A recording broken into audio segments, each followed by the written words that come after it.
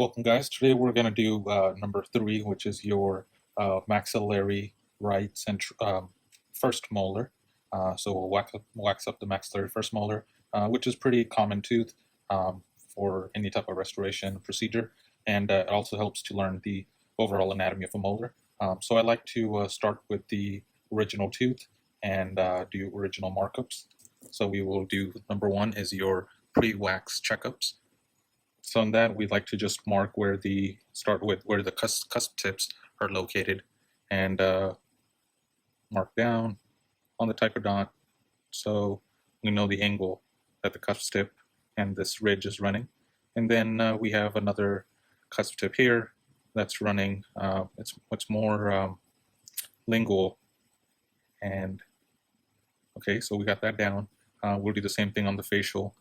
So we have the facial cusp tip, and it comes down at an angle, slight angle. So basically that's where my mark should be.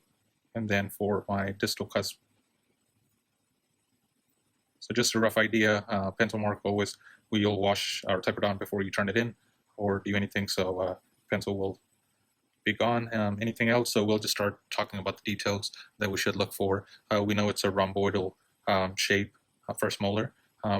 Kind of bigger size, bigger than the second molar.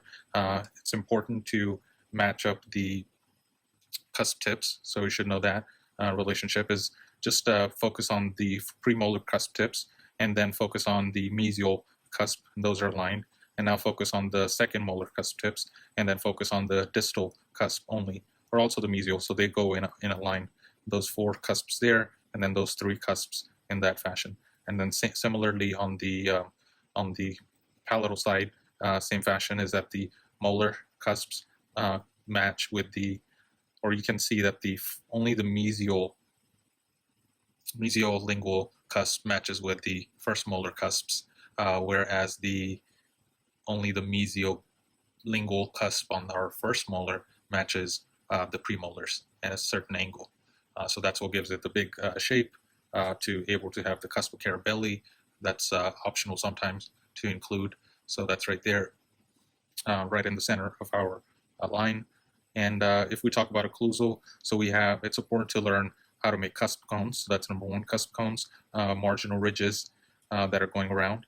The mesial marginal ridge will go around, and then after the cusp, it turns into the mesial lingual cusp to the distal buccal cusp. We have something called the oblique ridge, so which is easy to wax. It's just a round line that starts here in the central groove, runs all the way around, all the way to the mesial lingual cusp, mesial buccal cusp, sorry. And then this is the oblique ridge. We have triangular ridges that are always pointed towards the central groove. So anytime you have a question about the triangular ridges, always try to aim them to the center of the tooth. So that's a good strategy even for the secondary grooves. So here we have a secondary groove that gives us defines the marginal ridge. So and then here we have a mesial secondary groove that defines our marginal ridge more.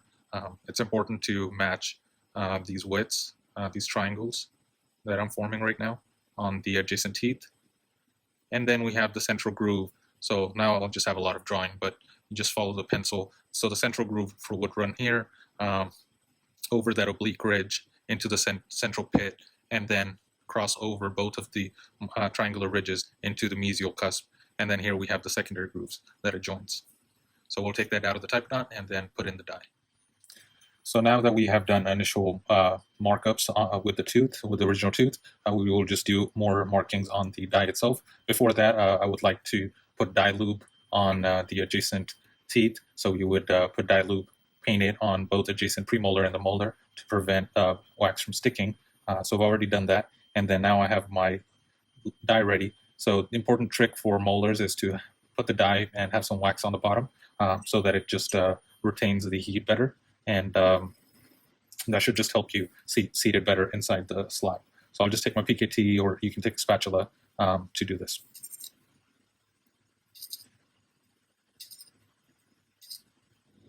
And then I'll press it in so it gives it the shape that it needs to lock in place one time.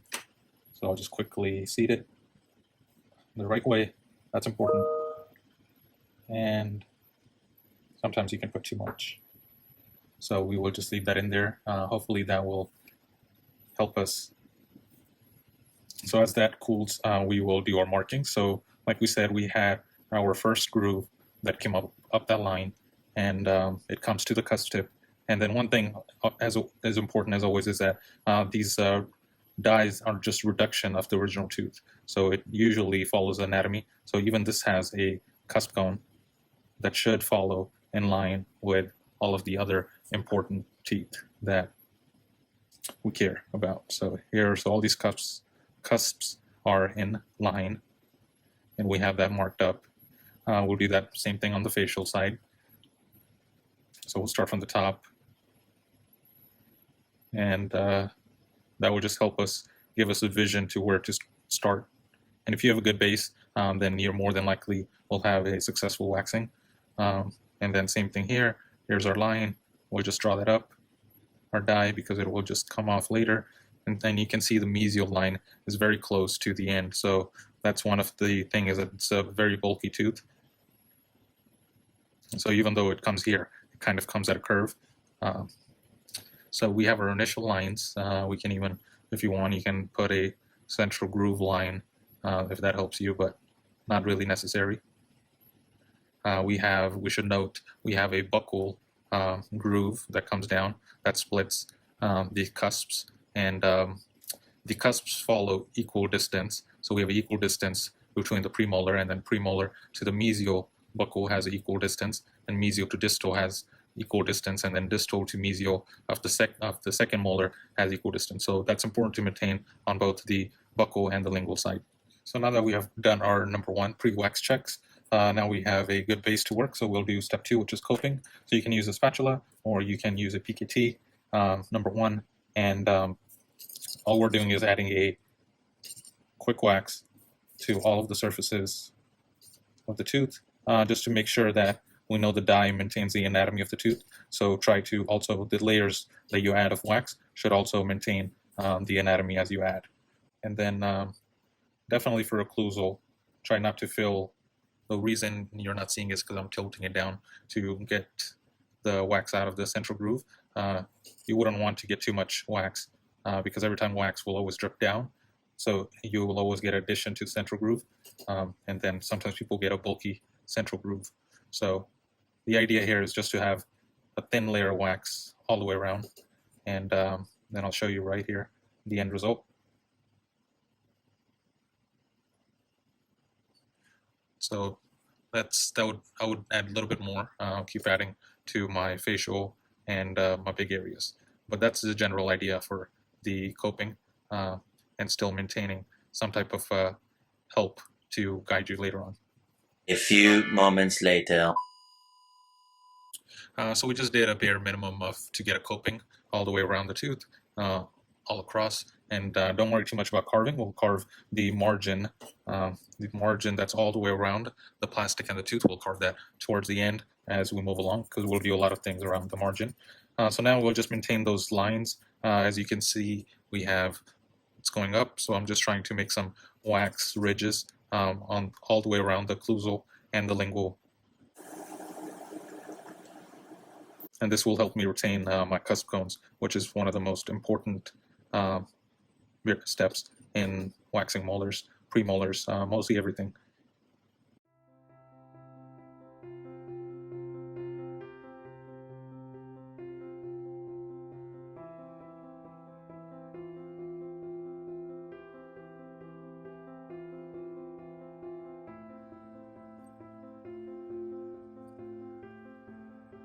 And then the last one, the mesiobuccal, the most important one. So I would pay attention to the mesiobuccal. It's kind of fat and gives it the big shape. So the illusion in the mesiobuccal cusp is what makes the molar. And then now we will move to step 3, which is our occlusal cusp cones, as well as after part 2 would be the marginal ridge. So the occlusal cusp cones that will go here should match our premolars and the molar, as well as the marginal ridge should match the adjacent teeth. So those two components will give us a solid base, and that is the starting point to gain anatomy. So now that we have done our initial coping, now let's build our cones. And as you can see, I like to keep the original tooth and then maybe another example if you have one, or you did your best example, or your friend gave you. So it just helps you to visualize and always stay on path. So I'll just mark as I go along. So right now we are going to build our mesiobuccal and distal buccal cusps. And as you can see, the mesiobuccal is more buccally, and then distal buccal is more lingual. So this is called a cusp cone. And we know that underneath we have the die, and the die also has the cone there, as I can feel it with my PKT when I poke to fill the wax. So that just basically helps you to stay in the right place.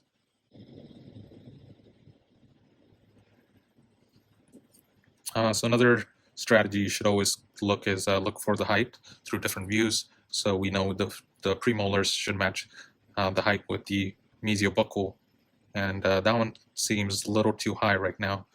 So I would reduce that right now and just work at each cone at a time. That's good enough for now. So the curve of Spee is this alignment of cusps. So we had the canine to to our premolars and to the mesiobuccal cusp of the molar, and then we had this downward slant on the second molar, and so that would give you the curve of Spee. And then the cusp tips are aligned a little bit, and then now we will start with the marginal ridges. So I start with dropping wax into the contact area itself, and then building up to the marginal ridge, and then just matching the marginal ridge. So I'll hold it this way so I don't drip a lot of wax through the contact itself. But once again, make a bridge as always. And then you can always follow the line that the other teeth are formed in.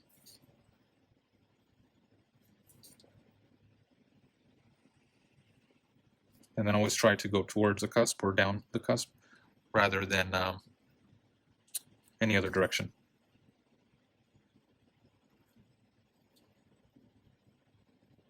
So it's a little tight in the distal, but we are just trying to make a bridge, a solid foundation, nothing too fancy here. And then we'll do the same thing now with the marginal ridges. So now the marginal ridges, similar fashion, follow the tooth's outline that's given, but just make sure this distal marginal ridge, both mesial and distal, come outward, and then they round out inward.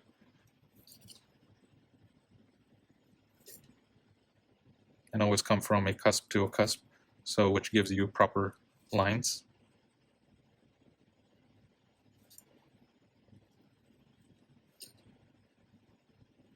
Once again, a little out, then straight, and then around. And then we can even give it a oblique ridge if we just want to continue down that path. It's just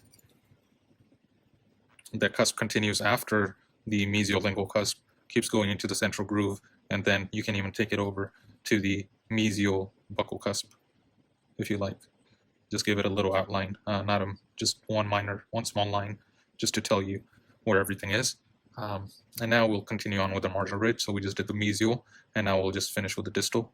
So from the cusp tip, we'll come out and then around.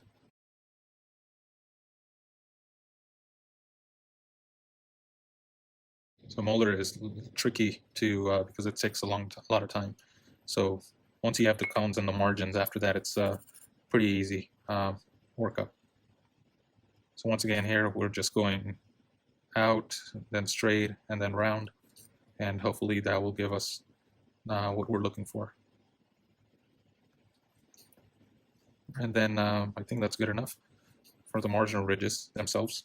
And then you'd also want to match the marginal height with the adjacent. So here, as you can see, when I insert the PKT, it's touching both of the marginal ridges. So that should happen here too. And if it's too high, then on the instrument will just correct that for you. So then we'll do the same thing on the distal.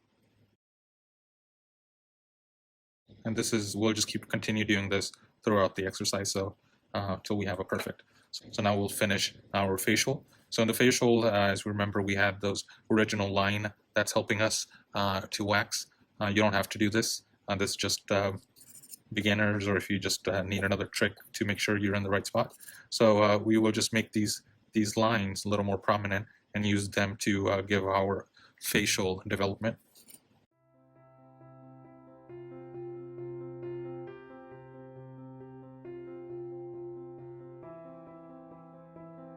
Gravity is your friend here, so try to use as much gravity as you can to your advantage. Airflow, temperature control, all of those things. So you're always trying to match your cusp cones, the marginal ridges throughout the whole, so it's not uncommon for you to go back to the initial step to fix something. As you can see here, so it rounds out on the mesial, and the cusp is more buccal. So cusp is more buccal. So we try to give it the facial anatomy. We just go from the line that we have created and fill in wax and give it a round shape as much as you can. So now I'll move to PAT number 2. Just gives me more control. Retains less heat, but it gives you less wax also, but gives you more control. So I have my hand, my pinky as my rest, and then that's helping me. So I try not to touch the line or the cusp cone itself. And I'm always going down into a groove that we have not formed yet. So this is our facial groove. So once again, we're trying to go for a round surface here.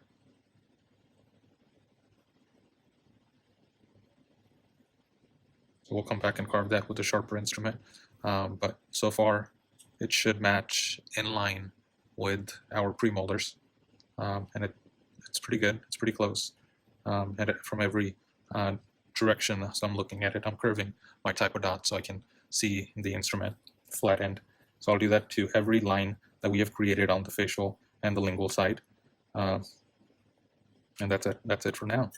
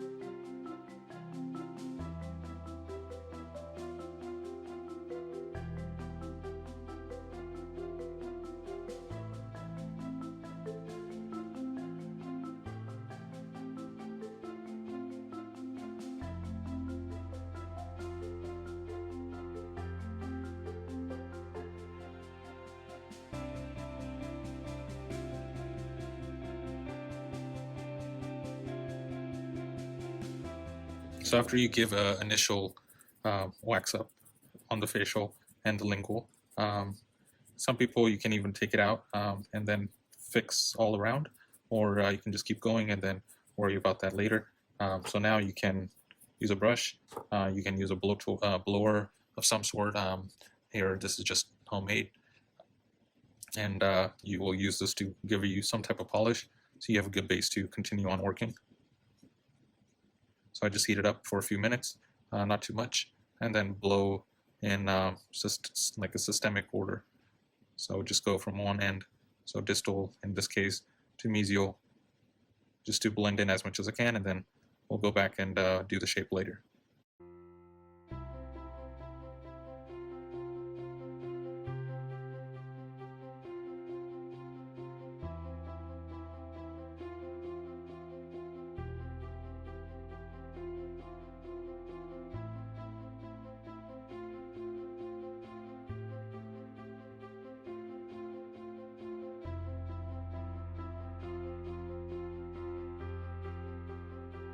It's good so far. Now we will just continue on. So we've done our facial, we've done our lingual. We can add our cusp of Carabelli right now, real quick, while we're here, and then we'll move to the occlusal, and that should be the last thing before polishing. So cusp of Carabelli, sometimes it's required, sometimes it's not. So here, as you remember, we had this line that was running up to the cusp cone, cusp's tip, and we had the cusp of Carabelli that formed right here. So I'll just pre-mark it, and then I'll just add wax on top of that. Easy as that.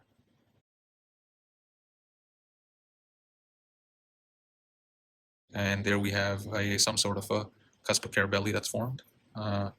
We need to smoothen out all these rough edges that you see here. Fix the cusp of Carabelli a little bit, give it a shape, and then we'll go from there.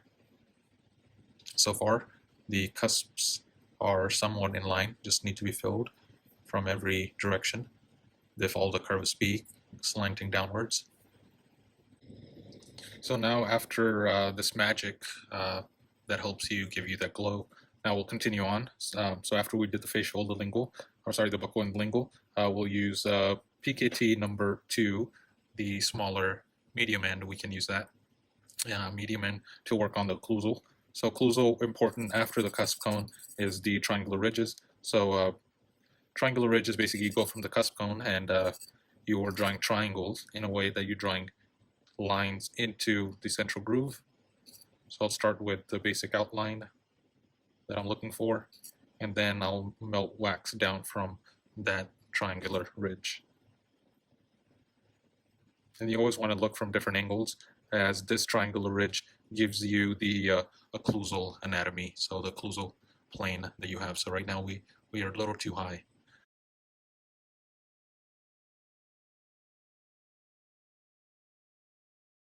So this mesial lingual cusp doesn't really have a triangular ridge.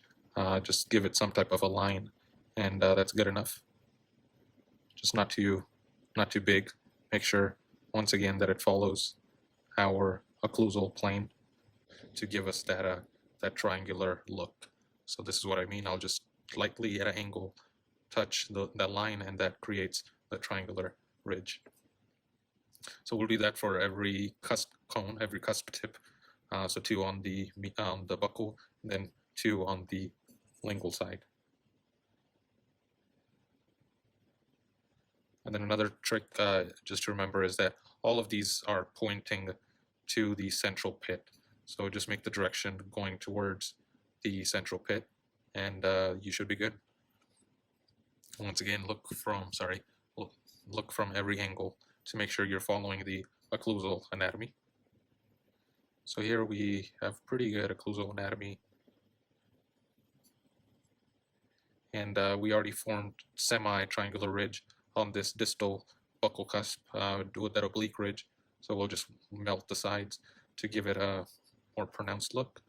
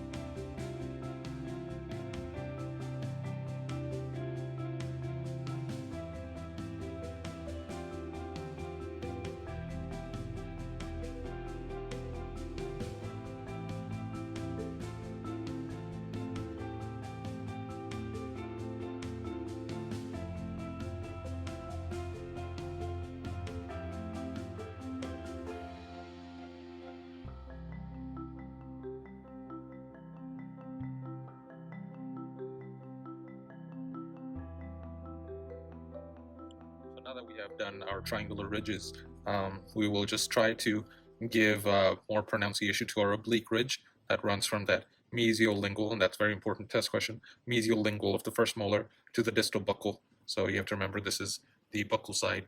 So mesiolingual to buccal, we'll pronounce that, and we'll just round out all of our margins, marginal ridges, all the line angles, and so now it's just refining and giving it a round, fat look.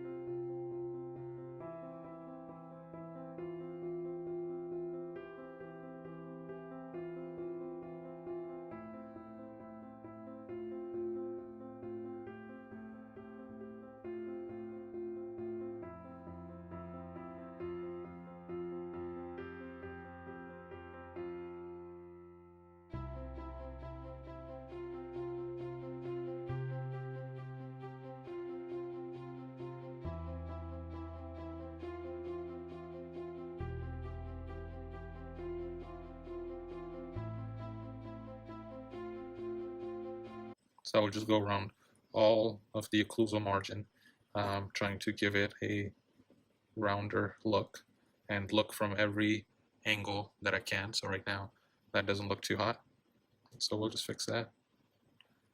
Like we said, always come down from the cusp tip, which in this case is just gone.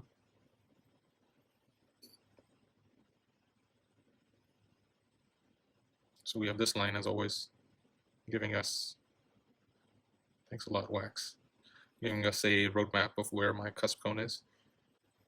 So I think overall looks pretty decent. Now we will work on our central groove, so we can take either a half Hollenbach or a cleoid carver of some sort. So in this, you just want to use something that has the shape, the occlusal shape, so not the rounder. So in this case, this tail end would work. So I would want to match the same anatomy as in my adjoining dentition. So I would want to come down or come lingually, and we know we have our lingual groove that runs alongside our oblique ridge, so I'll just clean that up a little bit, pronounce that.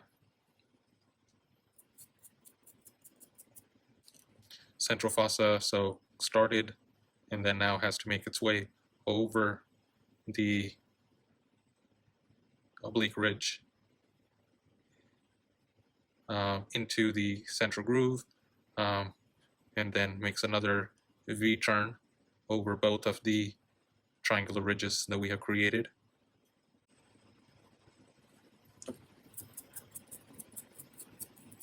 As you can tell, it just looks really messy. That's just because a lot of the wax is still stuck in there. So once we clean that out, we'll have a better view. Just move to a half Hollenbach. It's a little bit easier to work with, and also helps me carve other things while I'm here. And now we keep going.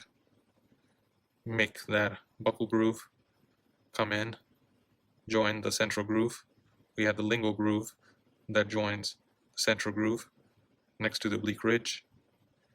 We have the central groove that's going over, passing over a V-turn, the triangular ridges.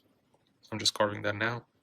I'll angle the instrument a little bit to smooth the edges around it, and I like to rotate so I just have a better view of what I'm polishing at a time.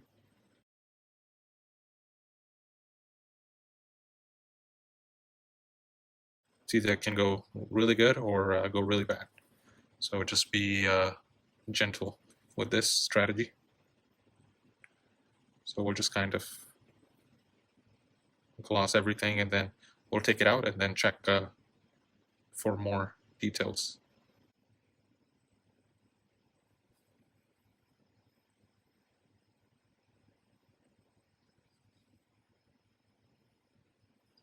And sometimes the problem is it makes it too bulky or rounded, so you just have to take that risk with it. The next day, we have our buccal groove that's running in. Buccal side, we have a lingual groove that's running along the oblique ridge and comes into the central groove. Then we have our two triangular ridges here. We have one here. We have one here.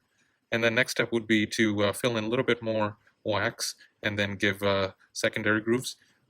In the labial side, everything looks good. We need to fix the contact. We have cusp carabelli. The cusp tips, it's hard to see, but here's my cusp tip here. Here's one here. It follows in a path, in a similar path on both the buccal and the lingual side. Facial, we have equal distance cusp tips, and then they just need to be smoothed out and polished. 3 hours later. Can you move it along? I'm all out of time cards. So just like all the other videos, we would take our IPC carver or SA37, and you would want the half of the instrument on the tooth and half on the margin, and then that way you can give a nice finish on the margin line. That's very important to do that.